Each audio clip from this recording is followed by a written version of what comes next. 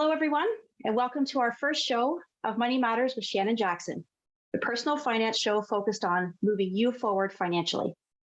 As we've begun this new year, I know we've all been hoping that we'd be getting a break when it comes to our grocery bills. Unfortunately, it looks like food prices are going to continue to rise. According to the 2023 Canada Food Report, we can expect to pay even more at the checkout this year, and that's the focus of our show today. Joining me to discuss this report, we have Dr. Sylvain Charlebois, Professor and Director of the Agri-Food Analytics Lab and former Dean of the Faculty of Management at Dalhousie University. Sylvain, thank you for joining me today. My pleasure. There's no doubt that one of the most talked about topics these days is the rising cost of food. As inflation slows and hopefully stabilizes, many of us are hoping for a break at the checkout this year, but unfortunately, that doesn't seem to be the case.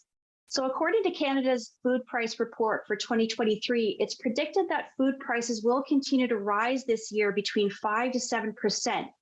Sylvain, can you tell us about what foods are going to be increasing in price and just how much consumers will be expected to pay in this coming year? Yeah, so first of all, I would say that 2023 will be divided into two stories, if you will, the first part and the second part.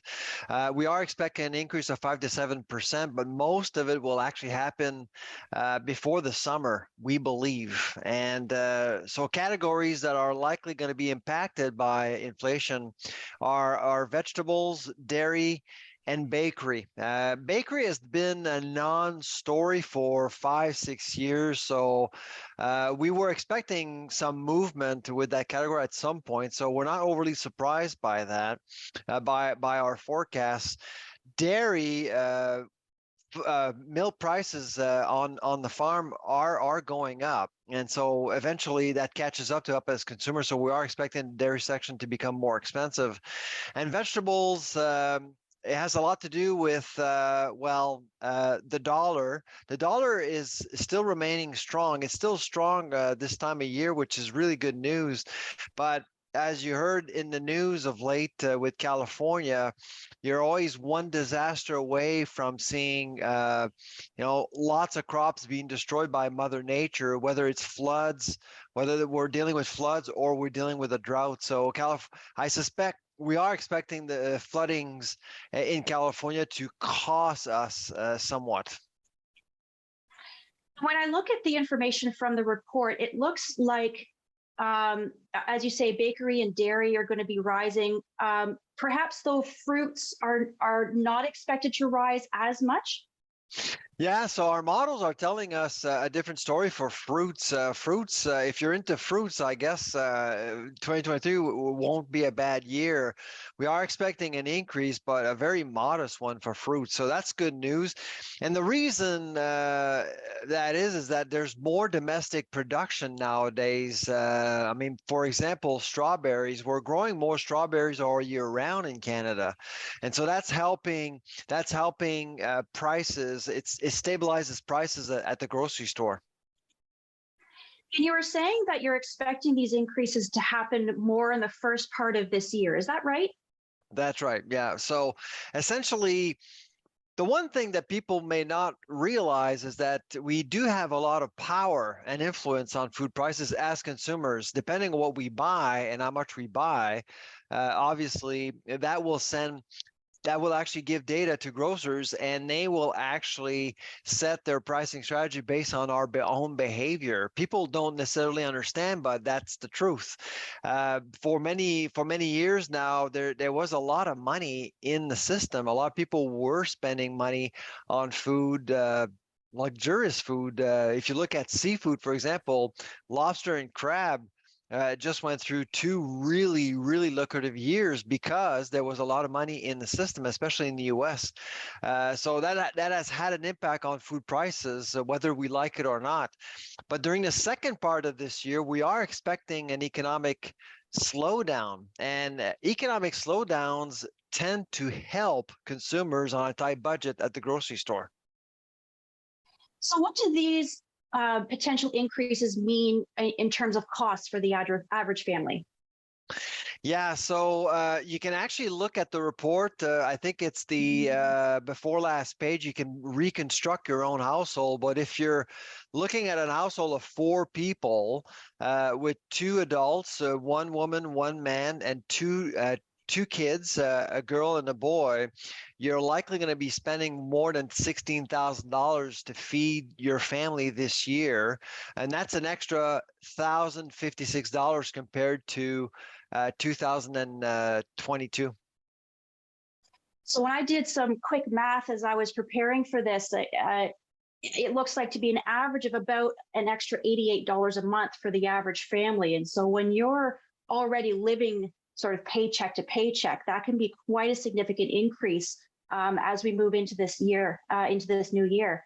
So I understand that this is the 13th annual Yep. Canada Food Price Report, and it's a collaboration between a number of different universities: Dalhousie, University of Guelph, University of Saskatchewan, and the University of British Columbia.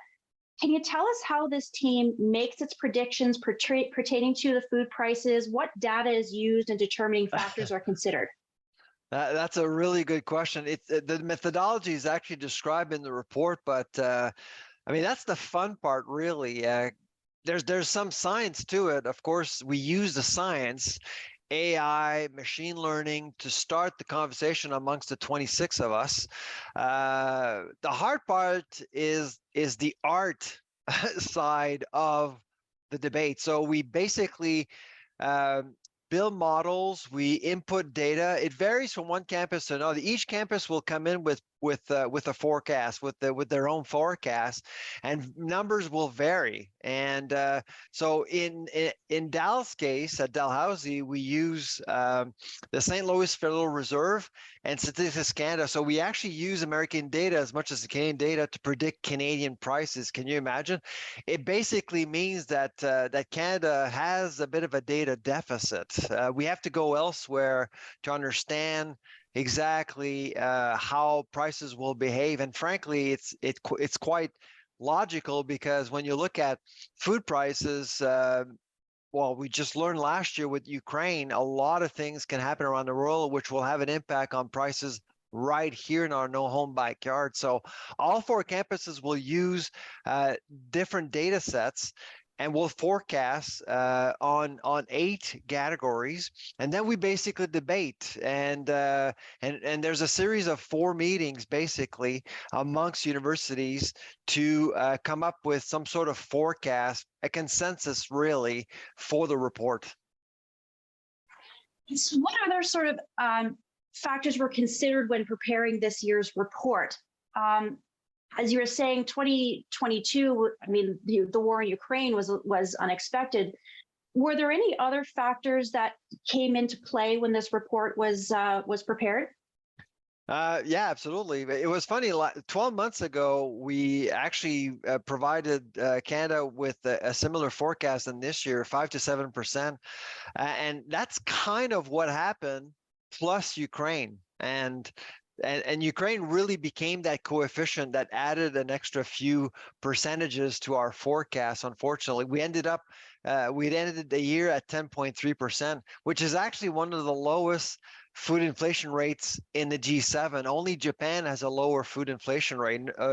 Very few people will appreciate that, but we're not doing too badly compared to other nations like Germany, where the food inflation rate is over 20%. The challenge that we have in Canada is that throughout the entire year in 2022, the food inflation rate exceeded the general inflation rate by far. And so while life became more expensive, it got worse at the grocery store, which is why a lot of people are, still sticker shocked.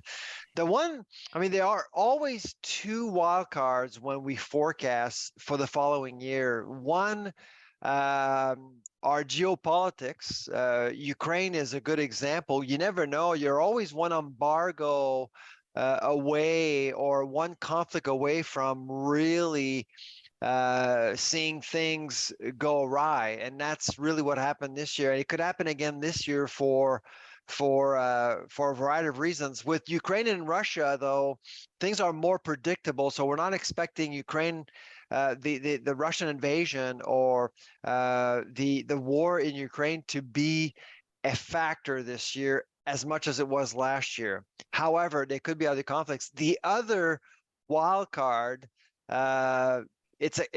without being a constant, it is a constant. It's Mother Nature, climate change. Climate change is just really hurting. Last fall, Canada ran out of lettuce. Why it ran out of lettuce and lettuce became so expensive? It's because of the drought in California and the fact that a virus basically just eliminated a huge portion of the crop down there, which ended up costing us more. So it really can hurt us very rapidly. And every year there's a surprise. There certainly is. And with the start of the pandemic, I mean, we started to experience the supply chain issues as well. I mean, inflation has influenced the cost of transportation, and all of these different factors are definitely fluctuating from year to year. So are you expecting then for 2023 for it to be a little more consistent as opposed to 2022? It's you never know. You never know what's going to happen, and it's always like, for example, right now we're looking at California. California will impact food prices in Canada without a doubt. Probably more so out west because during the winter, BC, for example, will import a lot of food from California because they're very close. Whereas in the east, we import more from Arizona and Mexico. So it really depends of the crop. It depends of the time of year. But January, typically, we're highly vulnerable. And so again, you never know. And of course, there's always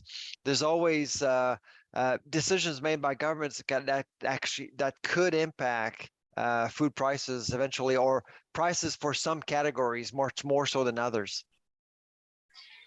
Can you talk about the accuracy of the report for this year?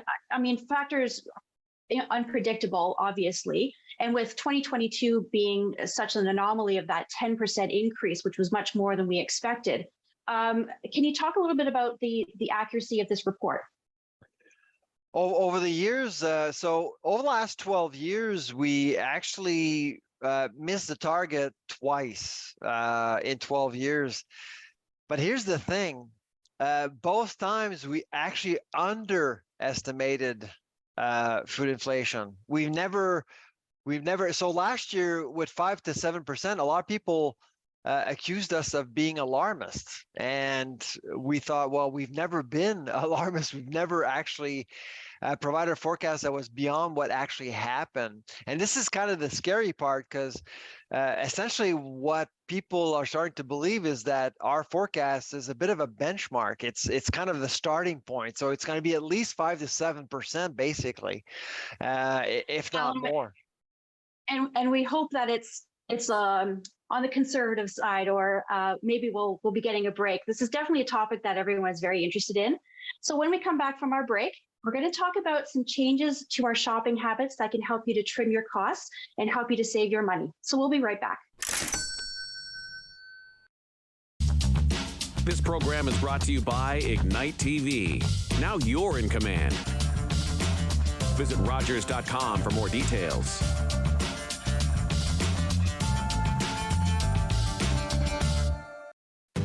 Your mouth can do a lot of amazing things.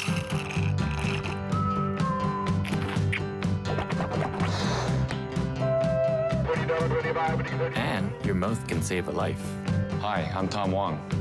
I'm just one of close to 1,000 Canadians in search of a stem cell match. We need your help.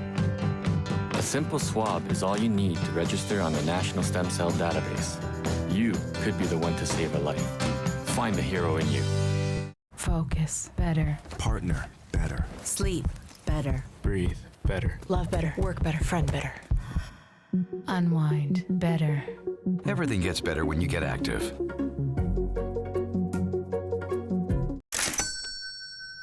Welcome back to Money Matters with Shannon Jackson. My guest today is Sylvain Charlebois, Professor and Director of the Agri-Food Lab and former Dean of the Faculty of Management at Dalhousie University. Today, we're talking about the annual Canada Food Price Report for 2023. After a year that saw food prices climb by amounts that we haven't seen in decades due to record inflation, I think we were all hoping that this year would bring us a little bit of relief. Unfortunately, the annual report is predicting that costs could continue to rise by 5 to 7% in some food categories this year. Now, in monetary terms, that could mean hundreds of dollars added to an average family's annual food expense. And we know consumers are feeling the pressure, and shopping habits have changed in an attempt to cut some of these costs. So, Sylvain, can you talk a little bit about the ways that consumers have changed their shopping habits in the past year and how continuing these changes could benefit them in the coming months? Yeah, absolutely. I mean, I actually think that consumers are getting smarter out there. They're leaving their homes better prepared. They actually are looking for prices online before they even leave the home on their way to the grocery store. So once you go to the grocery store and you look at prices, you'll actually have an idea of what's reasonable and what's not reasonable. And if you think that a price is too high, people will just walk away essentially. So I think that people are more aware that they can be in control of their own grocery destiny, if you will.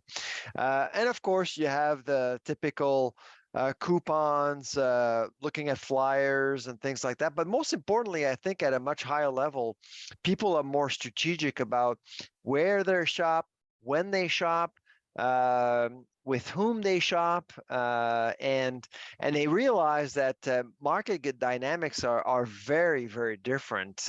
Prices can change on an hourly basis now. Some retailers actually have digital prices. I actually have noticed that now some prices do change by the hour. And so if you actually expose yourself to more stores, say each week you pick a store, you go to that store, and then you change store every week, you'll actually get a better sense of what's actually happening out there. And that's what we're seeing. I personally have been using our loyalty points just a little bit more strategically. So we'll look in advance to see which products maybe award certain loyalty points a little bit extra that week, and maybe we purchase that product to up our points, or maybe there's a week that we use those loyalty points as well to help cover the cost of those expenses. Some of the other statistics that I saw in the report, people are going to more discounted stores or dollar stores as well. Yeah. And I think I saw as well, perhaps a suggestion from you to maybe shop at more local independent grocers. Can you talk about that a little bit? Actually, the point I was making about independent grocers is that we shouldn't boycott them just because we're trying to look for deals, because they actually do offer deals. Some specialty stores out there will make you work even more because they have less to sell you. But at the same time, they do have hooks. They will have baits, and those baits are discounted products, heavily discounted products. And so it's important. I know in Montreal, in Ontario, elsewhere in Canada, and here in Halifax, there are those small specialty stores that can offer you some really good deals. So I would be careful not to avoid some stores too quickly. Yes, I think you're right. We tend to congregate towards the bigger chain stores. But perhaps the shopping locally is also always encouraged. And the other thing with products, that's something we're noticing more. Sorry to interrupt you, Shannon, but it has come up several times now. Bigger doesn't mean cheaper per gram. Sometimes you'll see a larger format, but it doesn't mean per gram or per 100 milliliters it's actually cheaper. You have to look at labels very carefully. Sometimes grocers want you to buy the smaller package, or will offer you a better deal with smaller package. You got to be careful.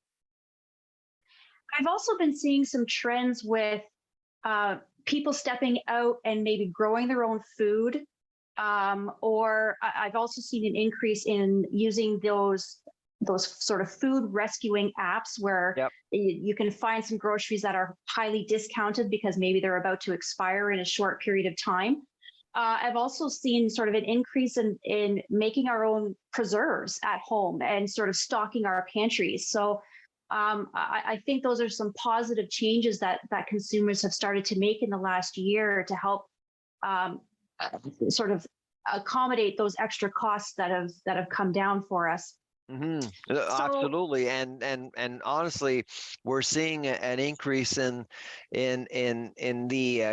Canada's gardening rates steadily. Actually, well, it did go up in 2020 and 2021, but now people are figuring out that gardening is a lot of work. But a lot of people are sticking to it. So the gardening rate has increased by 17% compared to 2020. So a lot more gardeners out there. That's a large increase. Yeah. And I do think that's something positive that has sort of come out of the pandemic and the situation with inflation and things. So these are definitely some positive changes that are helping to cut some costs and some great suggestions to our viewers. So as consumers look for ways to save, however, we're also seeing some concerning trends, especially when it comes to some food insecurity here in Canada. And one alarming trend that we are seeing is the growing dependency on our food banks. Can you talk a little bit more about this growing concern? Well, food banks. So I personally am on the board of the largest food bank in the country, Second Harvest, and we're seeing more traffic, unfortunately, and getting food is becoming more difficult as well because of the cost of food. Every company out there is very careful managing resources and inventories, so we're getting less food. So it's been very challenging for food banks, and of course, the biggest tool food banks would have is money, is cash. They can actually buy a lot of food. You and I can buy food with cash, but they can actually buy a lot more food with the same amount of money. So if you're out there looking at helping people who are falling behind, you should think about food banks. If you can afford it, please think about food banks because they're seeing more people, unfortunately. I like your suggestion because the food banks have the capability of stretching the dollar much further than we as regular consumers are able to do. And so you're absolutely right in that the ratio is actually 4 times to 1. So for every dollar, if you spend $1 at the grocery store, a food bank can actually get 4 times more food for that same amount of money. And that's amazing. And so if you are in a position that you can contribute in that way, I mean, it's an amazing way to help others in the community. As I see a recent statistic here that it looks like the use of food banks has gone up. This is from the 2022 hunger count published by the Food Banks Canada. Food bank use rose to the highest levels in Canadian history last year, and it was up by 15%. That is a huge increase.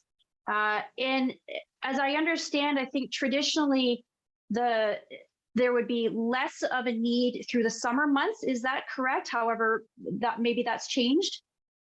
Yeah, because essentially during the winter months and when the temperature gets colder, our need for proteins increase, and animal proteins tend to cost more, essentially. And in the summer, obviously, we have access to more food produced in Canada, and it gets cheaper to actually feed yourself in the summer. We don't realize it, and we actually eat less too, generally speaking. So the biggest month, grocers tend to actually generate more income, more revenues during the winter months just because of that. That makes sense. So as sort of bleak as this discussion has been so far, I do want to provide some good news to the viewers, and that is that the Canada Food Report is predicting a little light at the end of the tunnel. So Sylvain, what changes can we expect with the current costs, and are these higher prices something that are going to be permanent? I mean, 22 really created new benchmarks when it comes to the cost of food, or the cost to produce food, essentially. So I don't think the question I get a lot is whether or not food prices will drop anytime soon, and the answer is that prices won't drop, but the food inflation rate will eventually drop, and I think that we actually will see the food inflation rate drop below the general inflation rate, and we should be finishing the year with a rate that is at a reasonable level. Because at 10%, it's just not manageable for anyone. But at 2-3%, you do need food inflation because you want companies to offer us safe, innovative foods, but at the same time, you also want to give it an opportunity for consumers to adjust their budgets. At 10%, it's impossible to do, but at 2-3%, it becomes more possible. And I think that's where we're going to be ending the year 2023. How can people use the food report to their benefit when it comes to making their food choices this year? Well, if you look at the page where we break down individually how much it should cost you to feed yourself, you can actually recreate your own household and you can budget accordingly. I think that's really the most important thing you can do with the food price report, and have an idea and try to see exactly how you can stretch your food dollars as much as possible. Again, I do want to underscore the fact that consumers have way more power than they think. Often we feel vulnerable and unprotected at the grocery store, but we do have options, way more options than we think. I think that's really good advice. And so with the limited amount of time that we have left, how can our viewers connect with you and learn more about the Canada Food Report or in the research that's being carried out at the Agri-Food Analytics Lab? I'll keep it as simple as possible. Just Google Agri-Food Analytics Lab, Dalhousie University, and you'll be able to find our website. And on our website, all of our research is available for free in both English and French. Well, Sylvain, thank you so much for joining us on Money Matters and sharing your advice and your expertise. And thank you to all of the viewers for tuning in. Until next time, I'm Shannon Jackson. Take care.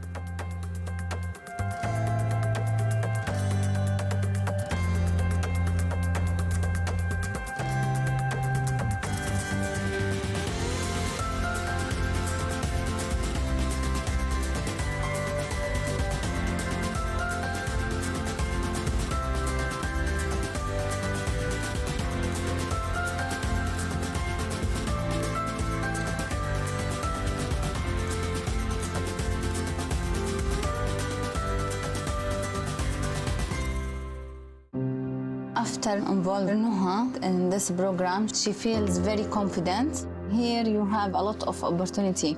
I learned a lot of stuff, like being kind and I'm more open-minded. I was diagnosed with obsessive-compulsive disorder, generalized anxiety, depression. Through United Way, I did a self-esteem course, training for peer support, and now I volunteer. Whenever United Way needs my services, it's more than just me volunteering. It's kind of me helping a family that wants help me. It's a lesson that comes from the nature of doing work with the United Way that gives me a new lease on my life.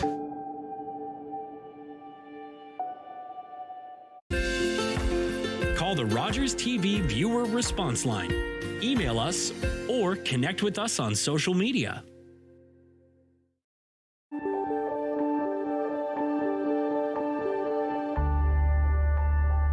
You're watching Rogers TV, Barrie. When an impaired driver killed my brother DJ, some people used the A word. They called it an accident, but it wasn't.